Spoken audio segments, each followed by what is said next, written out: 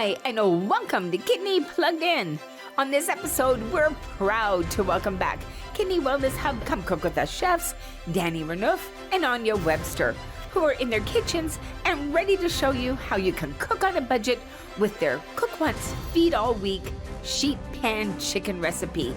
It's delicious and economical. So stay with us because Dani and Anja will join us next, right here on Kidney Plugged In. So what are we making tonight? What aren't we making? I mean, there are so many recipes, right? But this is how it goes. When you batch cook, you just get in the kitchen, you get your ingredients, and you cook a number of things that you can mix and match. You can freeze for later, and you can save money this way. You can save time and energy this way. So we're going to do a chicken sheet pan dinner. You can also do a tofu option for the sheet pan dinner with lots of yummy veggies. And we'll do a totally low sodium, totally homemade. And we'll do a lentil bowl as well as a really fun, colorful cabbage coleslaw. So your temperature for everything is 375 degrees Fahrenheit. So I'm going to start with the sheet pan dinner, so you can follow along on your recipe. And if you wanted to use tofu, just do that, right? No problem. So in our sheet pan, we have potatoes. So here's the thing. If you're scared to use potatoes because your potassium might be something you're watching, right? And potatoes are a higher potassium food. You can just double boil. You see how I've cut them? Can you see that? Into just these cubes like that? Pieces. You just throw them in a pot with water, bring that to a boil, throw the water out, refill with new water, boil it again. It's called double boiling, and you can remove 70% of the potassium that way. So you can eat potatoes more often and not worry. What we really try to focus on is getting a variety. So I'd say some days eat potatoes, some days you do your sweet potatoes. Same thing, you can double boil if there are concerns with potassium. You can double boil all your root vegetables. You can double boil the lentils too, which we'll talk about a little bit later. But I would say pretty similar potassium content. There's a bit more fiber maybe in the sweet potatoes. But what I would say in general, whichever one you like better. Really, it's all about what you like the taste of. That's what I would go for. A lot of people are worried that if I eat carrots, my potassium will go up. But in the body, that's not actually happening. So all those lists with fruits and vegetables that have potassium listed on it, it doesn't mean that that's going to be potassium in your blood. So things that are high in fiber, like the carrots, actually a lot of the potassium is bound to that fiber, so you're going to get rid of it, and it's better for you because your digestive system will do better because we'll remove it through the bowel.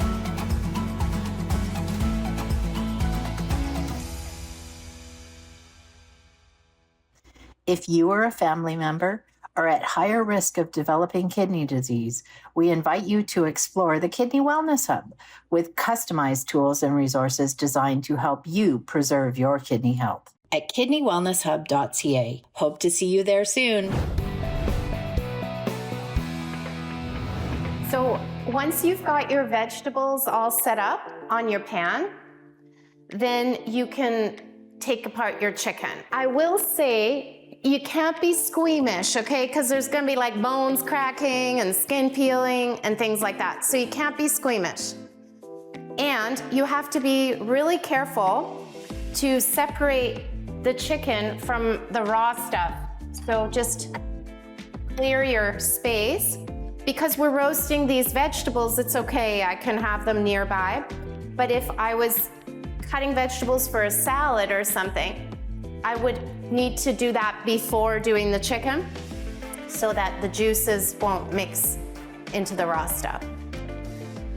Okay, so we're gonna start with the leg, with the drumstick, and you can pull it back and see there's some skin there. So basically you just cut right into it. And in my pot here, I have all the ends from the carrots, from the celery, I have the, parsley stems, I have the celery leaves, everything. That's all going into my stock. Nothing's going to waste. Well, what I was going to talk a bit more about the chicken is, so we did say we're using that whole chicken, and Dani is really showing you food cost has gone up so much, especially in the last few years. So we're really trying to find ways that we can cut back on the food cost. Buying a whole chicken is quite a lot cheaper than buying the products that are cut up. Every time the butcher does another cut, takes off the skin, what they're doing is adding dollars to that breast, thighs, whatever cut up. So if you have the time, you have a good knife, it's great if you can buy a chicken. And then Dani's showing you how she's taking those end bits or the wings and putting them in the stock, which we're also going to use later. But you can for sure just buy some thighs, buy some legs, buy whatever part of the chicken you enjoy and use that instead. Absolutely. And chicken, it's a really good heart-healthy option. It's got some saturated fat, but not to the same degree as the beef world.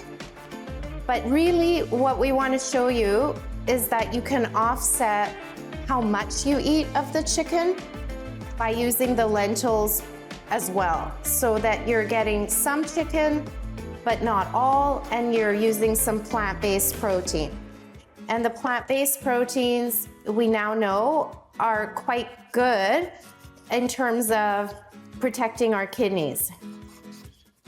So we don't want people to go vegan or something overnight unless they want to, but we want people to have more variety. And just again, I think we didn't really mention, but another reason we're making the broth is one way to show you how to get a low sodium broth. Quite easy to make. We're using our food scraps from the chicken cut up. We're using the peeled carrots. You can use the peel, you can collect anytime you're prepping veggies. Dani showed you, she's using the heads of the celery, she's using the peels of the carrots, she's using things she's already chopped up. And that's just a really easy way that broth will be done by the time we're done our dinner. So it takes about an hour on the stove and you've got yourself a low sodium chicken stock. You can freeze it, you can use it in soups and soup bases, and you can save some money at the grocery store. I just find it costs so much. Yeah, it's expensive. And when I make my own, it's like I can put in my own flavors, the spices I like, use like different cultural spice blends. The stock is incredible when you make it at home. So I'm gonna finish assembling my stock here, and I like lots of peppercorns. I'm gonna put some garlic. And can I use whole garlic, Dani? Do I have to chop sure it? you can, of course. I'm gonna put some Italian seasoning. So you see I'm using the ingredients from the marinade, and I'm just putting them in the stock. And I'm gonna turn that on. That's gonna cook as well. I have also here my lentils and rice in a rice cooker. So what I did was I soaked the lentils and the brown rice in water for a few hours. Then I rinsed the mixture about 5 times, and then I cooked it together. But if you want, you can cook the rice and the lentils separately. And lentils are often a food that is associated with high potassium as well. But the fact that we cook lentils reduces the potassium content. So the cooking process reduces it. So again, it's not the same as what's written as milligrams on the paper, because the cooking process is not accounted for. So careful using those tables with the milligrams of potassium on them. So marinade is next for the sheet pan. And what goes in the marinade is a 1/4 cup of chicken stock that I had made earlier, and 1/2 cup of olive oil, Perfect. I'm gonna just juice the lemon.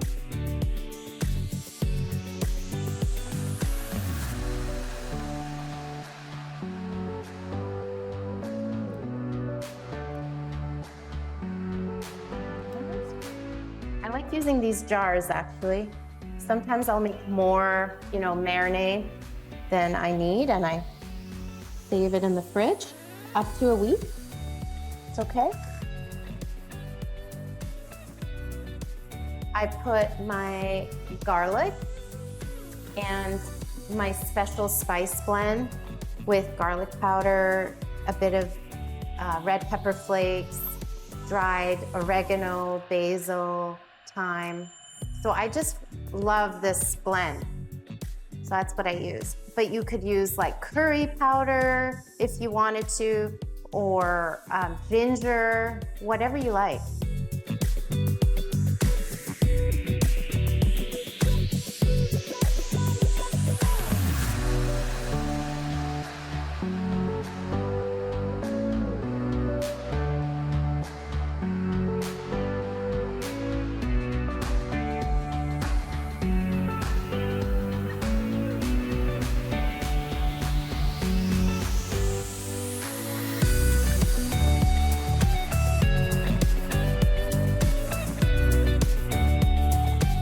So what I think they need to start doing is get some smell vision into these dudes. Because I can sense like that lemon and those herbs you've got in there, Dani. Oh, and I wish that I was closer to you so I could smell it cooking in the oven. I've just got my coleslaw, which smells great fresh, but that oven, that roast chicken's gonna smell really good. So that didn't take very long. I mean, yes, we prepped some of those veggies ahead of time, but that's the goal of meal prepping as well. And if you can set aside a half hour or an hour one night a week or a couple nights a week where you chop up all those veggies, you can get that quick weeknight dinner as well. So everything's being cooked on one sheet pan for that sheet pan chicken dinner, and minimal prep, just those veggies being cut up. So you could definitely do that the night before or a couple days ahead of time and just keep those veggies cut up till you're ready to cook. So time saving. Super time saving. It doesn't cost a lot to eat well. These veggies aren't expensive. A lot of the time they're local and seasonal, so you can just change it up. If it's summertime and you have zucchini or cauliflower, whatever you like, you can use for this recipe for the veggies. Have you checked out the Kidney Wellness Hub? We're excited to share this new online kidney community engagement platform created for kidney patients and caregivers. It offers tons of kidney customized resources and tools to support you on your health and wellness journey. We know living with kidney disease can be challenging, and anyone trying to stay active knows it can be overwhelming to start. But you are not alone. There's information, video content, and resources designed to help you stay active. Classes at various energy levels include yoga, strength training, flat on the wall, cardio, make it fast, Pilates, dance, and more. 5, 6, 7, again. Plus, we have chair classes for anyone with mobility issues. Many of our instructors are also affected by kidney disease. They get it, and they bring this personal experience to their classes. We all know eating well is important, but making good food choices is hard, let alone kidney-friendly food choices. Sometimes we just need a little help and inspiration in the kitchen. Our Eating Well section is a great place to learn about kidney-friendly nutritional options wherever you are on your kidney journey. Be sure to check out the Kidney Community Kitchen. With meal planners, cooking demos, kidney-friendly recipes, and don't miss the opportunity to test your cooking skills in one of our live cooking classes. In this section, we've put together some tools and resources to help you boost your mental well-being.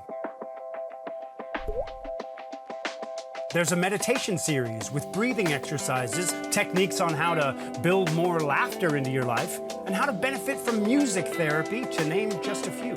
Don't miss our free kidney wellness coaching sessions to help support you to make those positive changes in your life.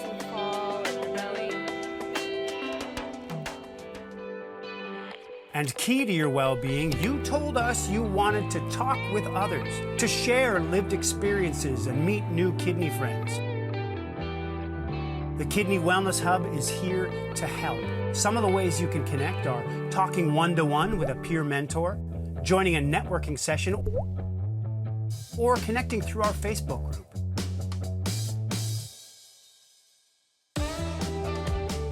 Join the Kidney Wellness Hub today. It's easy and free. You'll get updates to new content and special contests for members. Plus, you'll also receive an online copy of our Kidney Customized Wellness Journal.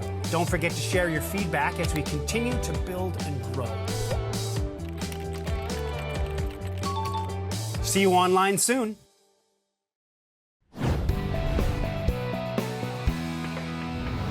So I have these cooked lentils here, right? And I cooked it with the rice. Can you see? So that's perfectly cooked now, like that. And then if I have stock, like the chicken stock I'm making, I might throw some of this into the stock and make a soup and just add some extra veggies that are in my fridge and looking for a home. And that'll be my dinner. So another way to mix and match your ingredients, right? And that's a really good way. Mixing the lentils with the rice is another really good way to add more fiber if you need to add fiber. You don't have to do it one-to-one either if it's not, it's a different taste. So even just starting with a little bit, adding a 1/4 cup of lentils to the 1 cup of rice, just to start getting yourself adapting to that different taste, different texture a little bit, is a great way to slowly increase your fiber. And then if you really don't want, you can always cook the lentils up separate and just throw some in the bowl to really, you want just a tablespoon. My kids will like just a tablespoon on the side. One loves it, one not so much. So the one just gets a tablespoon to look at, and then, you know, it's changing your taste and just adapting to what you like. I find lentils and rice a bit plain, so I really like to add things like sauteed apples and then that chicken that I made in the oven, for example, to it, or the slaw, right? The cabbage slaw. So Anja is going to show that to us. You just need some extra sweet or lemon flavor or vinegar, you know, you just to bump up the flavor. Can you imagine losing most of something without realizing it? Over time, kidney disease can destroy up to 80% of kidney function before you notice any symptoms. Talk to your family doctor to see if you're at risk and need to be screened. It could save your life. The lentils and the rice on their own, they taste real good, but they kind of look gray. So that's why we paired it with this coleslaw. So this is such a beautiful colored coleslaw. We've got the, can you see this? I'm looking at, yeah, there you go. So I used red cabbage. So we'd made this on the fly and I changed, this is what I had in my house. I always have cabbage and carrots because they're easy. Cabbage and carrots are great to keep if you're worried about potassium. Your cabbage is low potassium. Your carrots, if they're raw, lower potassium, they last in the fridge forever. So this is, if you're doing your big shop, these are your last things to eat in the fridge. Get through anything like your tomatoes or your zucchini or any of your other veggies, your herbs, your lettuces. Eat through those first and then save your cabbages and your carrots for later because they last so well. So I grated some of it up. You can see this beautiful color in here. So, I mean, you don't need to watch me really grating, but just show that you can just grate it, keep your fingers safe. If you don't want to go through the trouble, you can always use a food processor. So just pop them into the food processor, especially if you're making a big batch. The other thing is, if you don't want to grate carrots and cabbage, you can always buy those prepackaged mixes. Those are great. Just pop them in the fridge. They're not going to last as long as that they are when they're whole. I will also say if you're making this slaw, I think it's good for about 3 days. The flavors are going to really marinate with that oil and vinegar together, but don't pre-grate your cabbage way in advance, because I've done that before, and if you do it, I think it's only got a 2-3 days on it. Keep it whole, it's pretty quick to grate. Otherwise, it's gonna go a bit slimy and smelly on you. So it should smell fresh. Cabbage shouldn't really smell not good until it's going bad. Okay, so I've got this all in here and I didn't pull out a spoon. Now I'm searching through my kitchen. So just to show you these colors, and if you want to save another dish, you can. I think Dani, when she made it, did make the dressing at the bottom of the bowl, but I wanted to show you the dressing. So this is your olive oil. I had rice wine vinegar or rice vinegar, but you can use apple cider vinegar, a little bit of the low sodium soy sauce and maple syrup, and then you can just drizzle it on. And I would make this probably a little bit before, or like I said, you can make it the day before. Oh, it smells really good. And it's gonna marinate in the fridge too. It's like as it coats the marinade, all these, beautiful pieces of cabbage and carrot just get really happy and pickled. And so you're getting tons of flavor without salt, right? You're getting tons of fiber without all the other things you don't want. And this is like a great side dish with anything you want to have. You can throw this into your salads too to beef up. What's the proper term for veggies? Spruce up your salads. There you go. Spruce up your salads. So lots of lettuce. Jazz up. Look at that. See, we're thesaurus too. You can add that to your salads at the end of the night too, to throw on the dinner if you want to make it elevate. a bit further. Nice. Oh, elevate. Look at thank you. Says it's coming from you, Dani. I love elevate because oftentimes there's like a bit of I guess I don't know what the right word is, but judgment around using things that are classically inexpensive, like cabbage, lentils, and rice, right?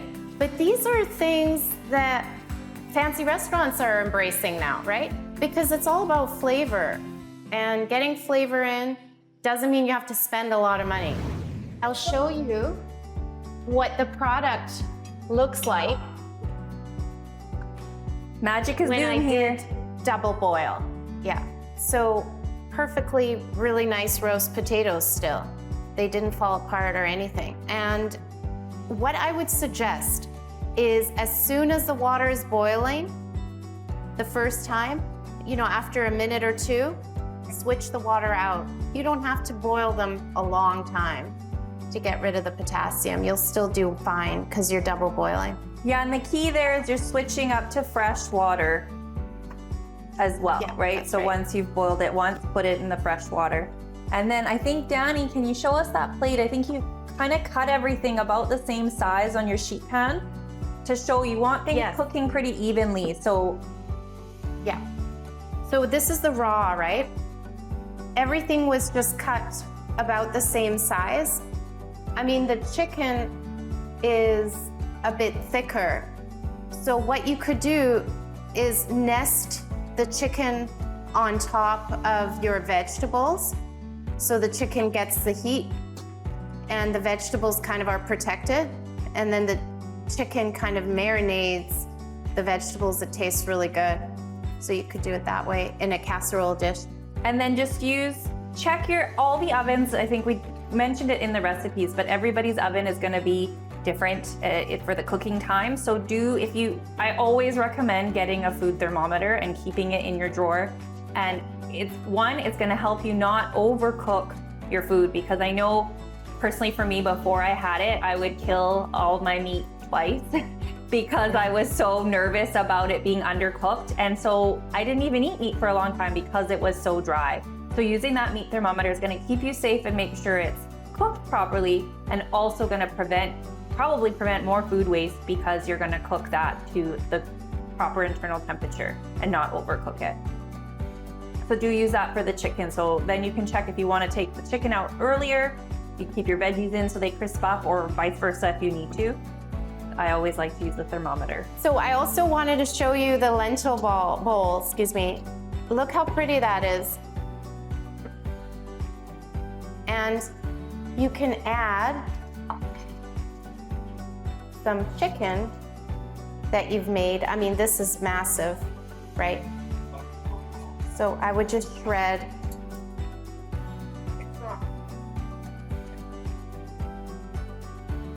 like that. That's the chicken breast. And you can certainly use some of the roast vegetables if you wanted to as well. Makes a really great lunch for work or a picnic. So did I show you the stock? So beautiful. Singing an ode to stock. I know, aren't we all hungry now? Why I love cooking a bit more than baking is that cooking is not an exact science. You can change things up, you can adapt using your own herbs, spices, use more, use less, use what you've got on hand. Somebody said something like sage. That just smells like fall and winter to me. That would be amazing. So definitely switch it up. Same as you said, you like the, Susan, you said you like the herb de Provence. Definitely use that on in your stock or on your sheet pans for sure. Thank you so much. And happy cooking, right? Enjoy. I hope you will have fun. Yes, thank you all for coming. And if you cooked along with us, we're hoping we've at least inspired some of you to try maybe something new. And I know I learned today watching Dani cut up that chicken, so. I'm gonna tuck in to my lentil bowl. I'm not gonna be asked twice because this is so yummy. Bon appetit.